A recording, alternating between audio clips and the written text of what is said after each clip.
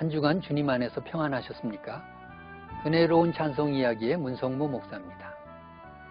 우리는 지난 시간부터 중세의 찬송 작가에 대하여 공부하고 있습니다. 오늘은 우리가 잘 아는 성 프란시스가 만든 69장 찬송 온 천하 만물 우러러를 살펴보겠습니다. 성 프란시스의 이미지는 자연을 벗삼고 새와 짐승과도 대화를 나누던 중세의 청빈한 수도사로 우리 기억 속에 남아 있습니다. 성 프란시스는 1182년에 이탈리아의 아시시라는 작은 도시의 부유한 집안에서 출생했습니다. 그래서 그를 아시시의 성 프란시스라고 부르기도 합니다. 그의 이태리식 본래 이름은 프란치스코라고 발음해야 맞습니다. 그러나 여기서는 우리에게 익숙한 프란시스라는 영어식 이름을 그대로 사용하겠습니다. 그는 44세라는 짧은 생애를 살면서 평생을 금욕과 청빈으로 보냈습니다. 그는 28살 때 프란시스 수도회를 창설해서 제자들과 함께 가난한 자들에게 복음을 전하고 그들과 함께 가난을 몸소 체험하며 생활하였습니다. 프란시스는 나는 가난과 결혼했습니다 라는 유명한 말을 남겼습니다. 프란시스에 관한 이야기는 감동적인 것들이 많습니다. 그는 한때 나환자촌에 들렸습니다.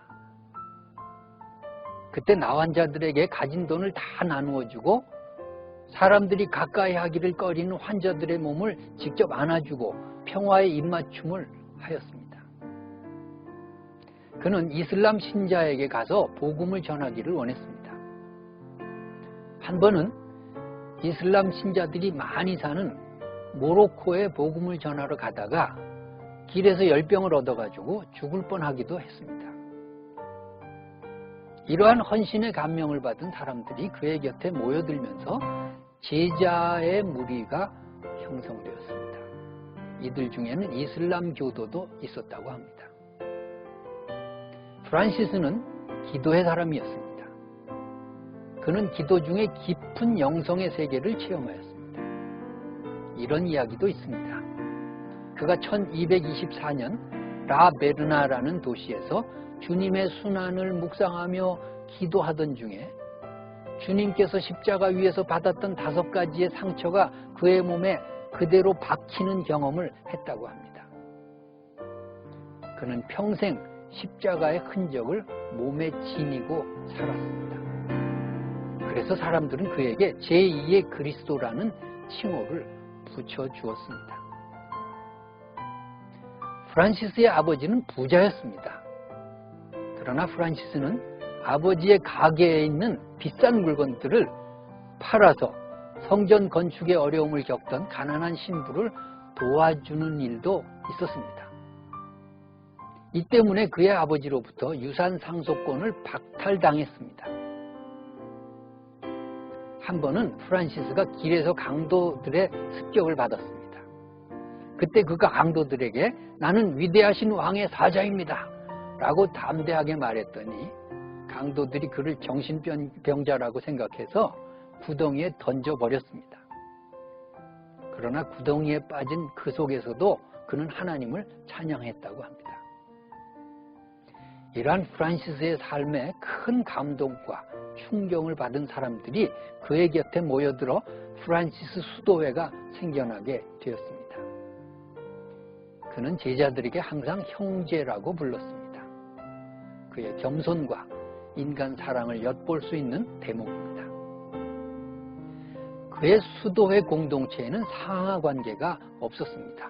모두가 동일한 신분의 형제만 있었습니다. 그에게는 수도원을 위한 건물도 없었고 먹고 살 재산도 없었습니다. 그러나 그를 따르는 무리가 점점 늘어났습니다. 그는 모여든 형제들에게 예수의 삶을 강조하였고 노동의 신성함을 가르쳤습니다. 그리고 묵상을 통해서 하나님과의 진정한 대화하는 법을 가르치고 그 뜻을 따르는 것이 신앙생활의 기본임을 역설했습니다. 프란시스는 1226년 10월에 동료 수도자들에게 요한복음의 예수님 순환받는 대목을 읽어달라고 했습니다. 그리고는 시편 141편을 암송한 후에 평화로운 모습으로 세상을 떠났습니다. 성 프란시스를 생각하면서 우리는 많은 반성과 회개를 하게 됩니다. 그의 청빈과 무소유의 삶에 비하면 우리는 가진 것이 너무 많다는 생각이 듭니다. 그런데도 불구하고 감사는 적고 불평이 많은 우리의 신앙생활을 반성해야 하겠습니다. 프란시스는 모여든 모든 이들을 형제라고 불렀습니다. 우리 한국교회가 정말로 이러한 정신으로 서로 사랑하고 계급의식을 버리고 하나가 되었으면 좋겠습니다. 프란시스의 수도원은 건물이 없었기에 자연이 건물이고 하늘이 지붕이고 바람소리가 찬송가의 모티브였습니다. 오늘의 찬송 온 천하 만물 우러러의 가사는 프란시스가 1225년에 이탈리아어로 쓴 태양에 붙이는 찬미라고 하는 시에서 온 것입니다. 이 시는 그가 극도의 영양실조로 몸을 가누지 못할 지경에서 해를 형제로 물을 자매로 부르면서 써내려간 장문의 시입니다. 이 시를 영어로 번역한 사람은 영국 성공회의 드래퍼 신부인데 1910년에 성령 강림절 축제를 위한 어린이 성가로 번역했습니다. 오늘의 찬송 온 천하 만물 우러러의 곡조는 민요에서 온 멜로디입니다.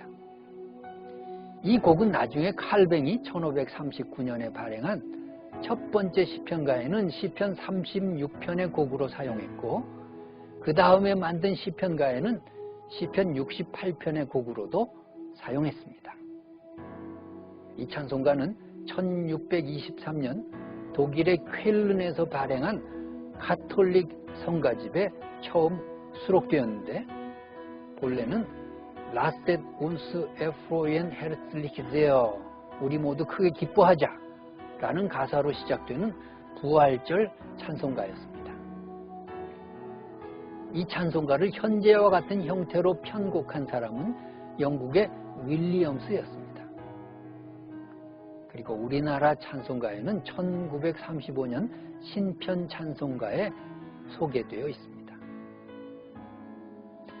이 찬송가는 대표적인 교창 형식, 즉 안티폰 형식의 찬송가입니다. 유니즌과 하모니가 교차되는 이 교창 형식은 4세기 이후에 동방교회의 전통을 이어받은 교회 음악의 연주 형식입니다. 성가대와 회중 또는 독창자와 회중이 서로 주고받으면서 옛 형식대로 찬송하면 색다른 감동을 느끼실 것입니다. 집에서 가족끼리 교창을 한번 해도 좋을 것입니다. 한 사람이 유니즌 부분을 맡고 다른 가족 모두가 하모니 부분을 함께 노래해 보십시오. 온 천하 만물 우러러 다 주를 찬양하여라. 할렐루야 할렐루야. 저 금빛 나는 밝은 해, 저 은빛 나는 밝은 달, 하나님을 찬양하라. 할렐루야 할렐루야. 너무나 아름다운 성 프란시스의 찬송을 이제 들으면서 함께 불러보시겠습니다.